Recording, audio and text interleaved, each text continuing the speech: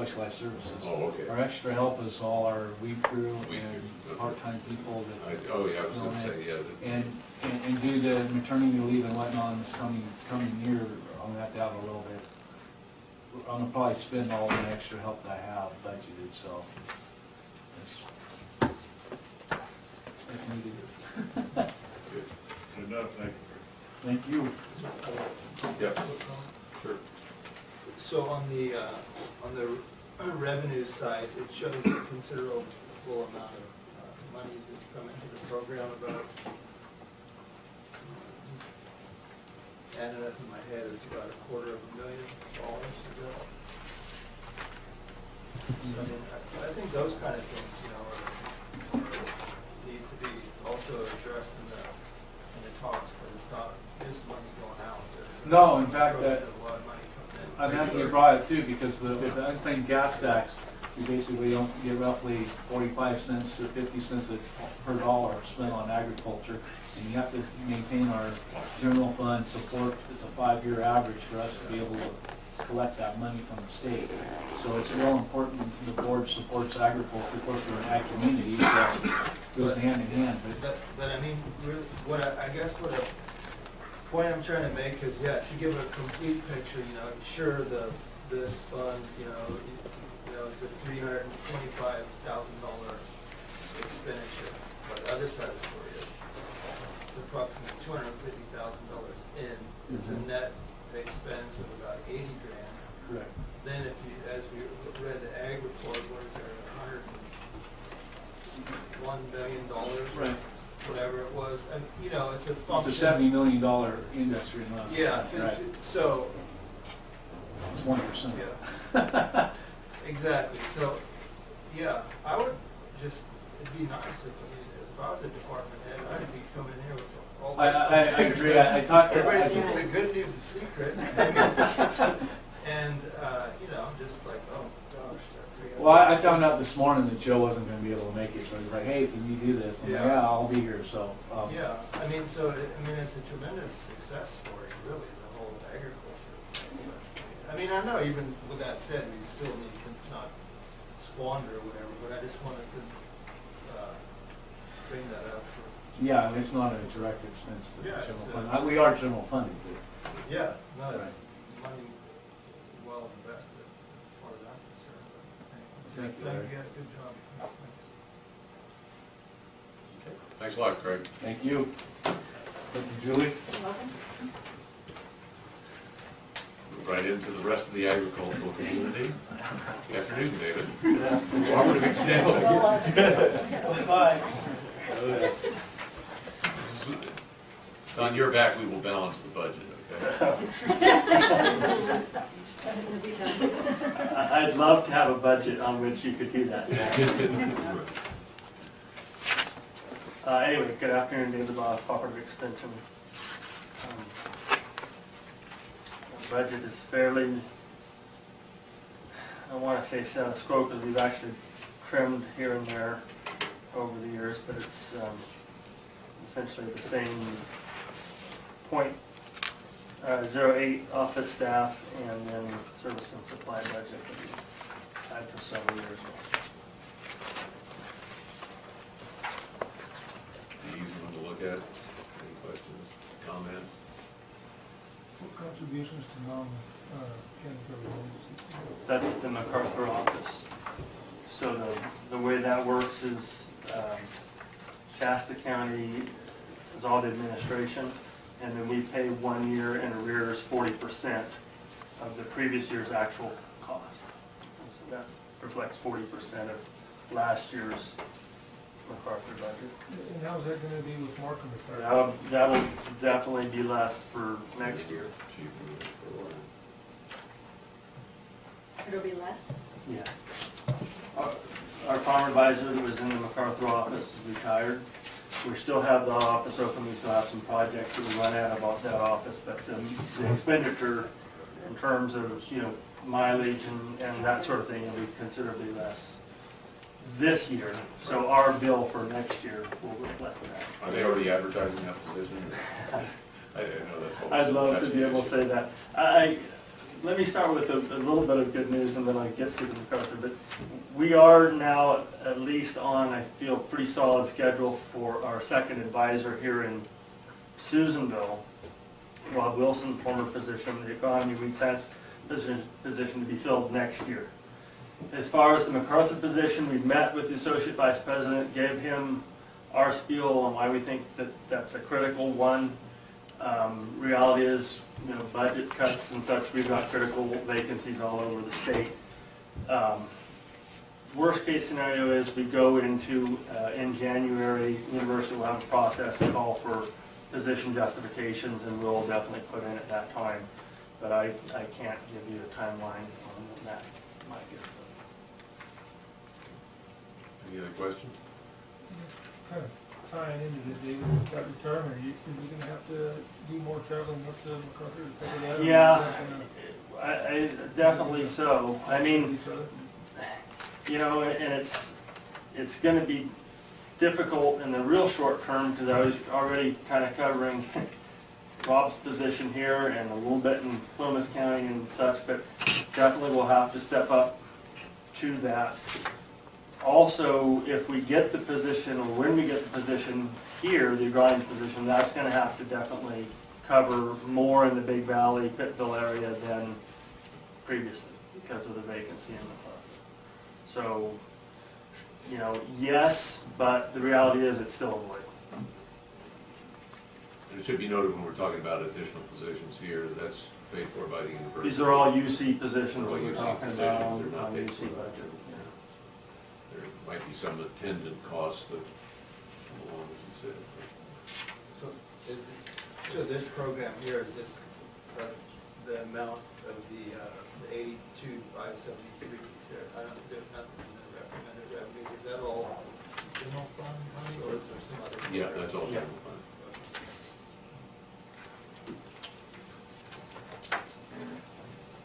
It's a matter of comment. I mean, and I don't know, this comment may seem self-serving, I realize, but I mean, the work that David does on behalf of the agricultural community is substantial, to say the least. And whether it be the IRWMP or BMOs or water quality testing and so on, the conduit to the university and what the university has provided here is, I don't know how we measure it. Yeah, I mean, what I do sort of pride myself on is because we've been a bit shorthanded, we do try to stay flexible, and we do try to address what comes down the pipe and stay relevant. I think, you know, other places that are have more people tend to get kind of narrow focused, but we certainly don't do that here in Lassen. Production learning, that's for sure.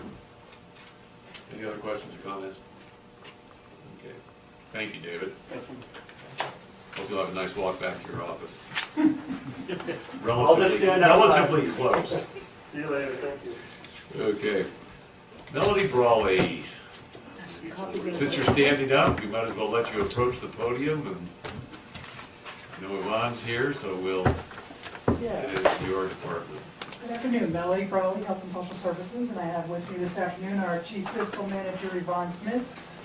I'll be happy to go through the materials I prepared, and then if you've got line-by-line detailed questions, Yvonne can answer them way better than I could. Obviously, I know you do, you know this, and you'll emphasize whatever general fund issues there are out there. Yes.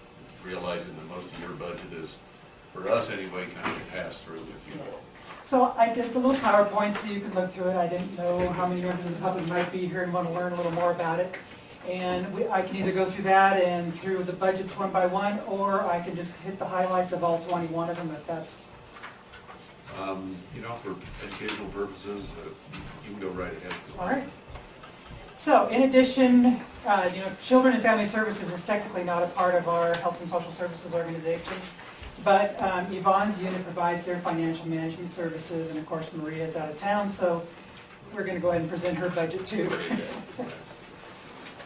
So the first page you see there, or the first slide, or the second slide is just about Health and Social Services in general.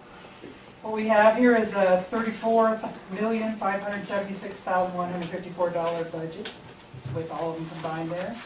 Out of that, there's a $1,000,000 $94,027 general fund request, so roughly 3% of our almost $35 million budget is general fund. And that includes $163,423 for the public guardian, which is a general fund department. $90,604 for the veteran service office, which is also a general fund department. $370,000 for general relief, which is another general fund program, and then $310,000 for social services administrative MOE, or maintenance of effort. And then there's another $160,000, which is the county share of the assistance that we are probably going to be paying next year, what we're estimating. So that's the total $1,094,027 in general fund that we're asking for this year.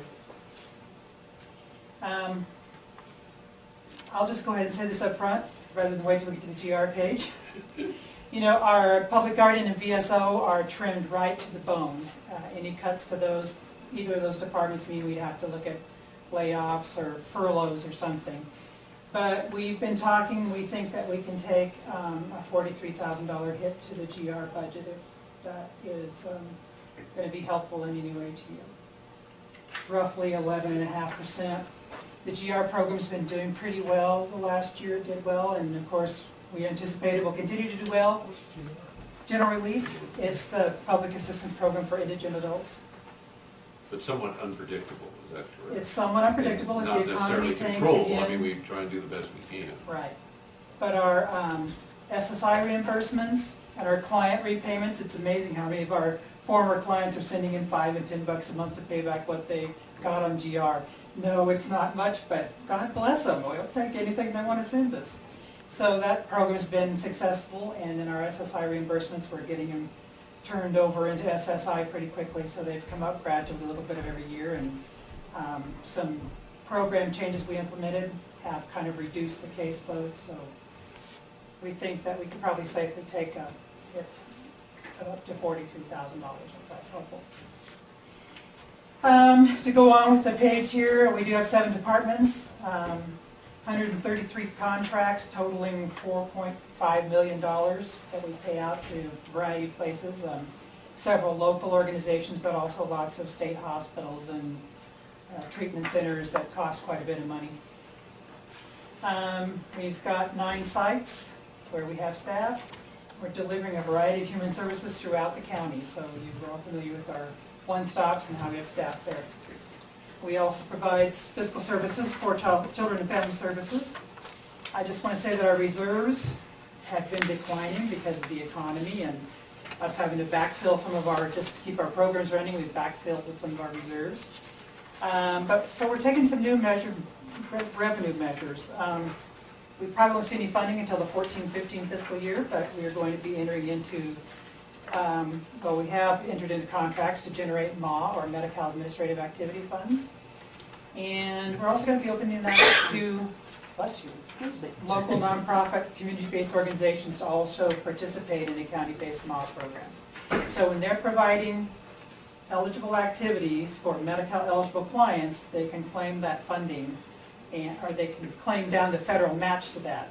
Whatever they spend, the federal government will provide a Lassen match for Family that. Services and Lassen Family Services, the Family Resource Centers, the Aurora Network, Senior Services, a lot of organizations might qualify. And I don't know how much money it'll generate, right.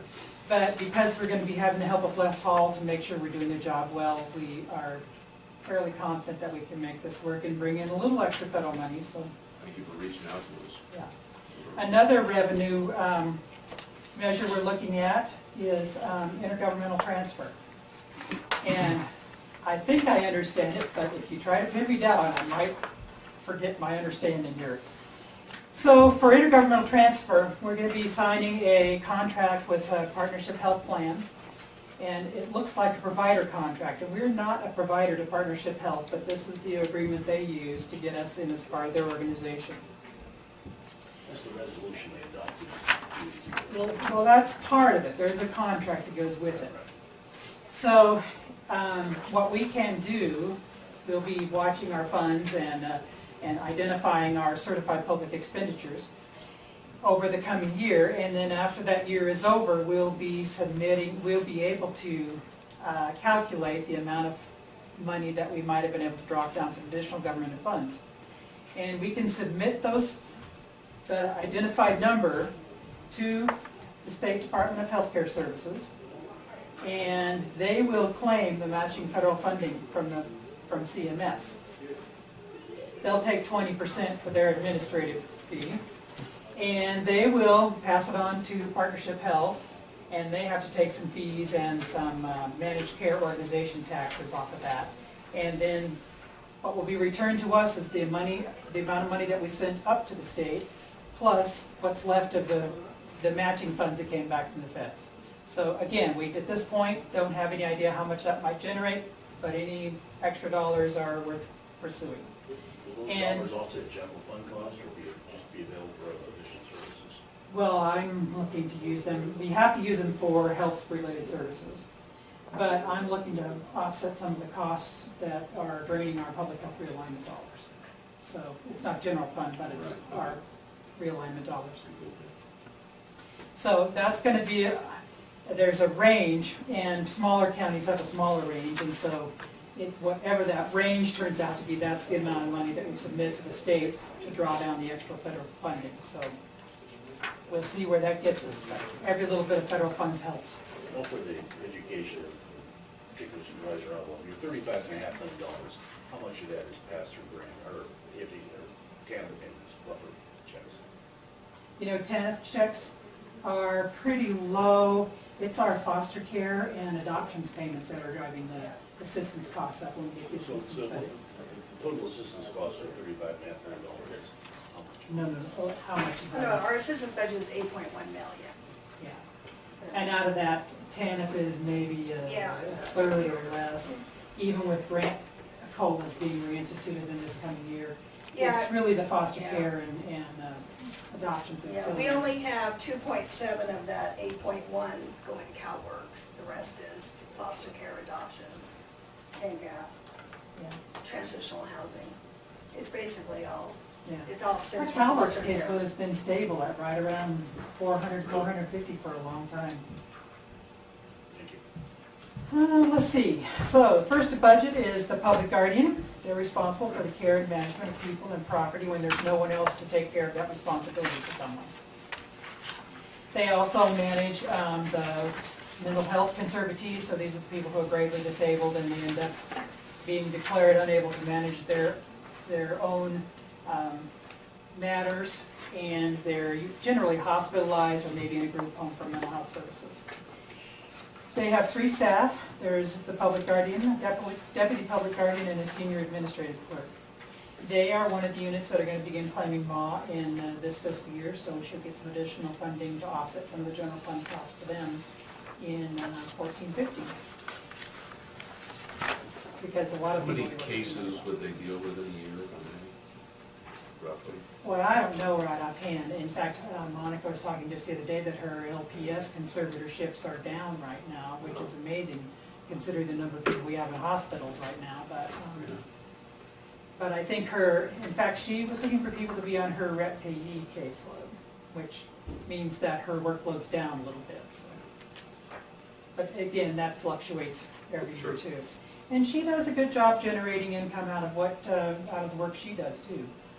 37,000 Yeah, or so? 37,000 is, we recoup in pay and conservator fees that we're able to collect back when she works their cases, so that offsets the general fund. She does a nice job managing. Yes. As I'm looking over your budget as we go along here, I've noticed you have retired group insurance operators, I'm guessing liability payback 1213. Yes.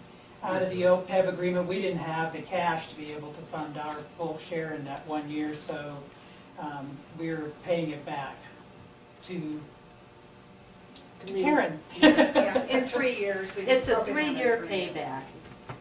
So this is year 2 of 3 What years. are we paying for It is when last year, the Board of Supervisors chose to fully fund the other post-employment benefits, that's future retiree health insurance benefits. the total price tag was about $4 million. We had about half of that squirreled away in retiree health benefits fund, and we used that. And then we used some, we had a return of funds from workers' comp that was about $2 million also. It was determined that we could recover the amount of money that was spent on that liability from state and federal programs. I don't remember, it's about $1,200,000, I think, and we're collecting it over a 3-year period. So you'll see, I know I'm going in the weeds here, there's, I think, $400,000 in revenue in the general fund that is being collected from state and federal programs for this OPEB payback. Payback or general fund. Does that make sense Yeah. at all?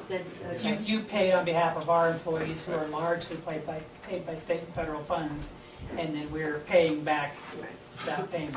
So There's a that, schedule in section 15, Right. if you want to know each funded budget unit and what goes back to general fund. so it's $435,340 that is revenue to general fund this year and next year, and then they'll be gone. Thank you. Certainly. The next budget is Health and Social Services Administration. I have a copy here that I wrote the budget numbers on. Fund 110, budget 0721. The Health and Social Services Administration is responsible for providing direction and support to the various departments in our organization. It consists of 8 staff, including me, compliance officer, the fiscal manager, some fiscal and administrative support staff to carry out a lot of the general functions of the organization, places where we can share some of those costs. And it's funded through a distribution, much like A87. Then our next one is wraparound, Fund 110, 0754. The wraparound program diverts youth from group home placements to lower level foster care or their own homes. This has been a great program for us. Under the state law, we're allowed to keep the state and local share of the savings in a separate fund. So we get to keep the local share, but we actually have to put it in a different fund, which is working okay, because that fund has been very nice for paying for some services we didn't have any other way to pay for before. We are proposing to add 2 full-time facilitators to this unit. Right now, we've got a couple people working for us part-time, they're extra help, but our staff are just maxed out in the other departments. We are losing facilitators. The part-time staff can't carry the load, and now we're adding the work of the KDA settlement. That was a lawsuit out of Los Angeles County that said that children should be, every child that comes to detention of CPS or comes into is detained by CPS should get at least a screening and an assessment by mental health and then appropriate services. And the services they're recommending are wraparound type services. So we want to be able to meet that need by having full-time facilitators to do the job for us, rather than trying to cobble it together with facilitators who have full-time jobs in other departments as we've been doing. So that's what we're proposing there. The savings in this account fund a variety of services, including the parent-partner contract. The parent partners work for Lassen Family Services, and they come in to do a wonderful job. These are parents who have been, either their child was involved in the system somewhere, in the juvenile justice system or on the CPS side, or maybe they came through the system through behavioral health or one of our other systems, and so they know about navigating the system. They know how it can be to deal with government employees and all these laws and rules you have to follow. And they've been a big support to all of our families who are involved in wraparound. We also have an MOU with probation. They have a hard time seeking reimbursement for meetings that probation officers go to as part of the wraparound team. So we're going to be paying them out of the wraparound fund to participate in wraparound team meetings. We also have a similar MOU with behavioral health where they can't bill anybody. And there's also an MOU, or it's an MOU there where if we're able to place a child who is a sexual offender here in the community, then we could pay to have, there's a program